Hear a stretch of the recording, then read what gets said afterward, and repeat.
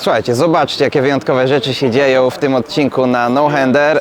Jesteśmy przy Bolidzie F1 zespołu Alpine.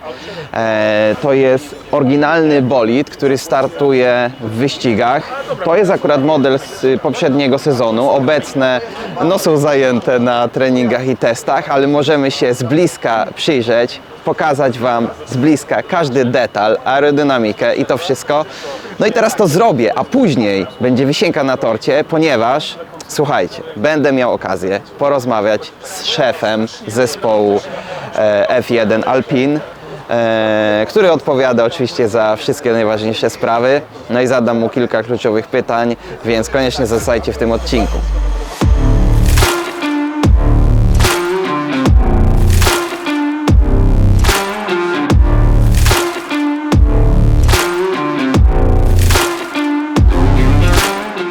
To, co zawsze robi największe wrażenie w bolidach F1, to oczywiście aerodynamika.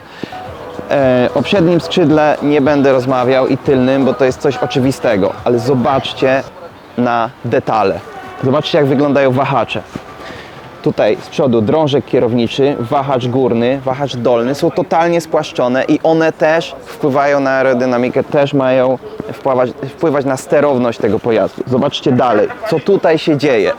Za przednim kołem, kiedy właśnie powietrze z tego przedniego nosa wpada tutaj na bok. Zobaczcie, ile tu jest elementów, jak wiele małych takich wygiętych elementów karbonowych wpływa na aerodynamikę tego bolida i to jest aż niesamowite, że takie tutaj małe łopateczki mogą coś zmienić, ale zmieniają dużo i tutaj właśnie dzieje się magia docisku i prowadzenia się bolidu F1 przy dużych prędkościach, bo wtedy tak naprawdę to zaczyna działać. Zobaczcie tutaj nawet przednie lusterko, no bolid nie ma innego lusterka, tylko przednie, ale zobaczcie, nawet lusterko jest zrobione tak, żeby generowało jakiś docisk aerodynamiczny. Tutaj powietrze wpada, tutaj całe to podtrzymywanie lusterka też ma jakiś taki wpływ na to wszystko. Tutaj cały taki duży spoiler boczny, bym powiedział, bo to jest tak duże, że tego nie można nazwać boczną dokładką, tylko to jest spoiler boczny. Również tylne wahacze są płaskie, one też generują docisk. Bardzo skomplikowany tutaj tylne skrzydło. No i zobaczcie jeszcze z tyłu. Zobaczcie co tutaj się dzieje. Wydech, założę się, tak patrząc na kolory, jest tytanowy. Tutaj nawet ta końcówka ma taki mały spoilerek, więc to też ma wpływ. Zobaczcie, ile małych elementów tutaj na tym wszystkim, tam. Każdy taki malutki element, który dokłada małą cegiełkę docisku, żeby te ogromne opony jeszcze lepiej się kleiły do asfaltu i żeby można było szybciej pokonywać zakręty. Coś, co jeszcze na mnie robi fantastyczne wrażenie, to jest to, że tutaj półość, zaraz Wam to pokażę na przebitce, tutaj półość też ma taką osłonę karbonową, która sprawia, że jest bardziej opływowa i nawet półość idzie w takim tunelu aerodynamicznym. Tutaj jest dyfer, silnika nie ma, bo silnik to jest trochę droga sprawa, ale wygląda to wszystko fantastycznie i rzeczywiście ten tylny spoiler, który się składa z dwóch części, tej górnej i dolnej, no to tutaj robi potężną robotę, bo jest ogromny. To wszystko ma taką olbrzymią przestrzeń docisku, że robi na mnie olbrzymie wrażenie. Tutaj całe to wyprowadzenie też strumienia powietrza do tyłu, fantastyczna sprawa. Zobaczcie tutaj, chodźcie, zobaczcie na szerokość tylnego koła. Tutaj mamy chyba nie przesadzę, nie mam linijki, żeby zmierzyć, ale pewnie ponad 30 cm, więc jest to naprawdę kawał opony. No i kolejna rzecz, która tutaj akurat jest atrapą, to kierownica. Zobaczcie, jak ona jest skomplikowana. To jest jedna z najdroższych rzeczy w bolidzie też. Kierownica, która ma, zobaczcie, ile tu jest przełączników, przycisków. Także kierowca w bolidzie ma co robić podczas wyścigu. Nie tylko samo kręcenie kierownicą, ale ustawianie różnych parametrów. Z tej kierownicy można ustawiać na przykład w trakcie przejazdu spięcie tylnego dyferencjału, na ile on ma, że tak powiem, zacieśnić szperę, a na ile poluzować i całą masę innych rzeczy. majstersztyk.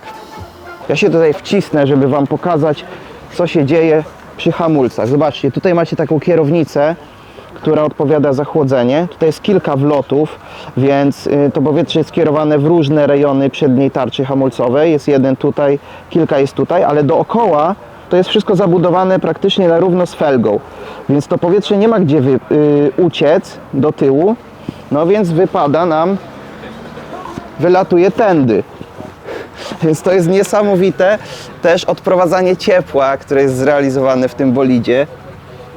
Robi to na mnie olbrzymie wrażenie i w bolidzie naszym driftingowym 2024 wprowadzamy te rozwiązania.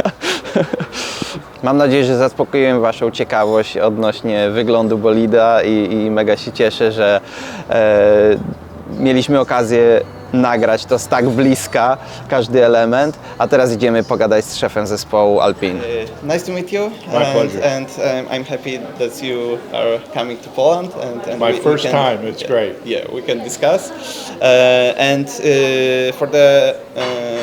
For the first, I would like to show you the part of short movie about my meeting with F1 Renault team in 2016. I was 16. And okay. could you tap the start? This one? Yeah. You need to be very careful, don't hit them. Okay. But love to see that. My good friend Nico. Okay, Yeah. bye. Okay. Do you know something about drift? A little bit, not Yeah? much, but a little bit. Yeah.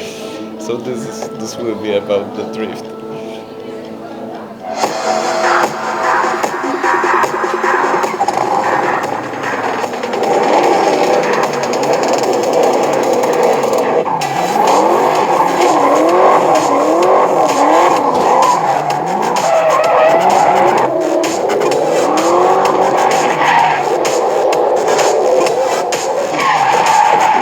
And the Nissan.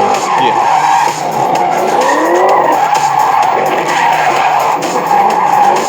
He's pretty damn good, man.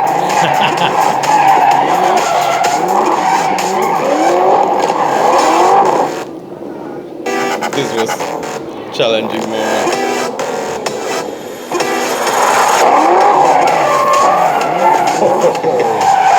That's brilliant. Good for you. Okay, we can stop the time. Oh, that's great.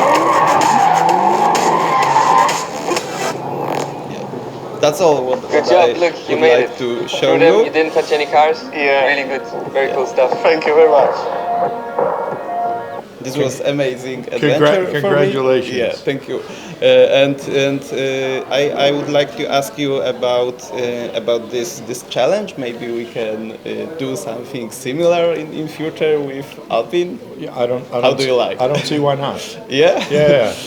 Okay. No, that's very good. This is So also maybe, we should talk about it. Maybe instead of driving a GTR, you can drive a A110R. Yeah.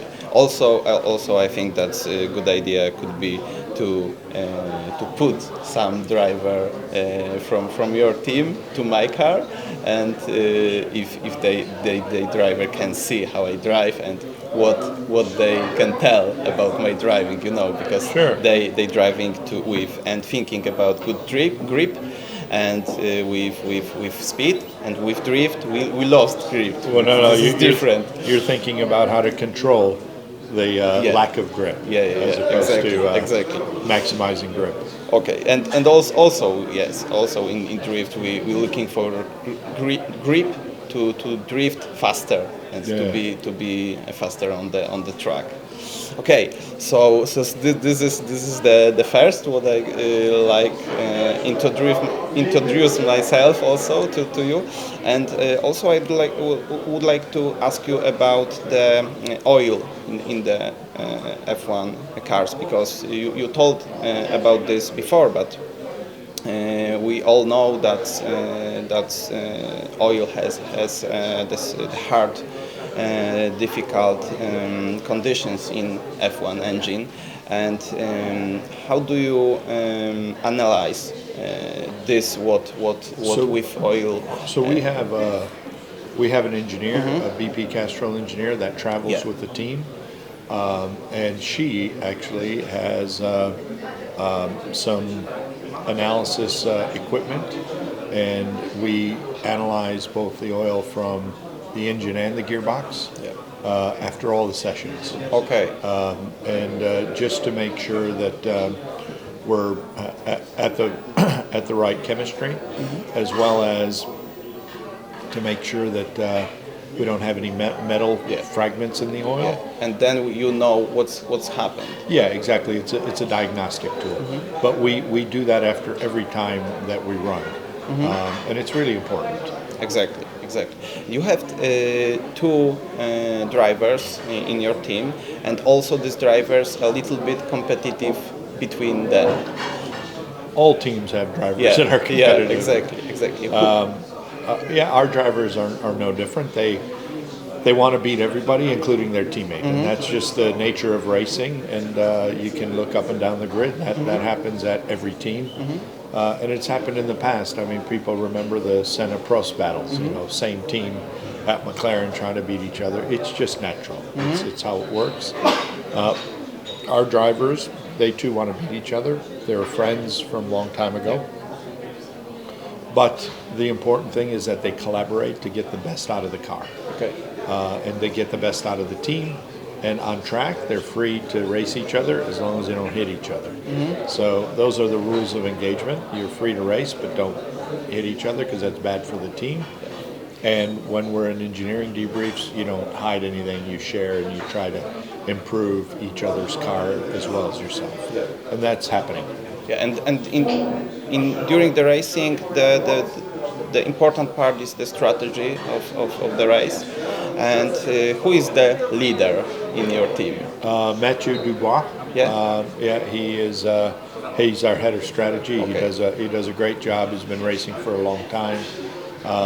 Spends a lot of time on Saturday night before the race. We have a strategy review with him, and oftentimes, your best plans of strategy are changed on the first lap. Things happen that you can't predict, and therefore you have to adjust very quickly on the pit wall to change. Other times, things happen that you do predict, and you just follow your script, which is good. So you plan for some things, safety cars on certain laps. Do you come in? Do you stay out? Is the window open? Is it closed? What tire should we go to? Yeah. Sometimes you think, we're going to start on this tire, go to that tire, only one stop, and it changes.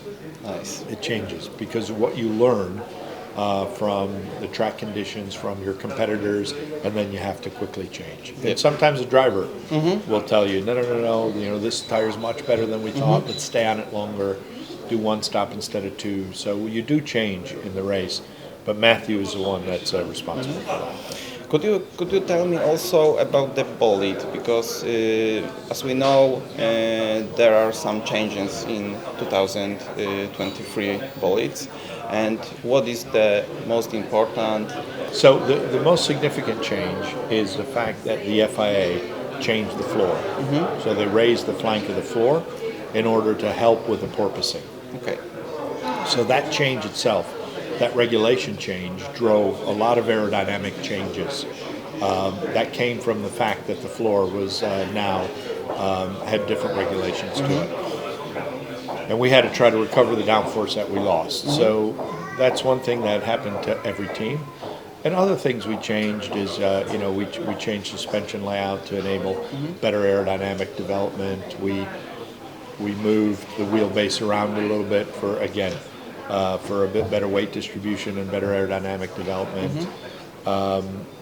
And what else did we change? We took a lot of weight out of the car. We were overweight last year, so we made the car a lot lighter, so that we have enough ballast such that we can move the weight distribution to where we need it. So those are the significant changes. Nice. And sometimes you, as a chiefs of teams, trying to fight with FIA about some changes, who is too restricted? Yeah, and I mean, not fight, just try to guide them in such that, the changes that they do make don't favor one team or the other, so the playing field is even. And they sometimes need help and guidance in that regard. And the other thing we changed over the winter was We had some powertrain reliability issues last year, and we fixed all those. So I'm confident that we'll have less reliability issues this year. Nice. Thank you very much. This is all my questions.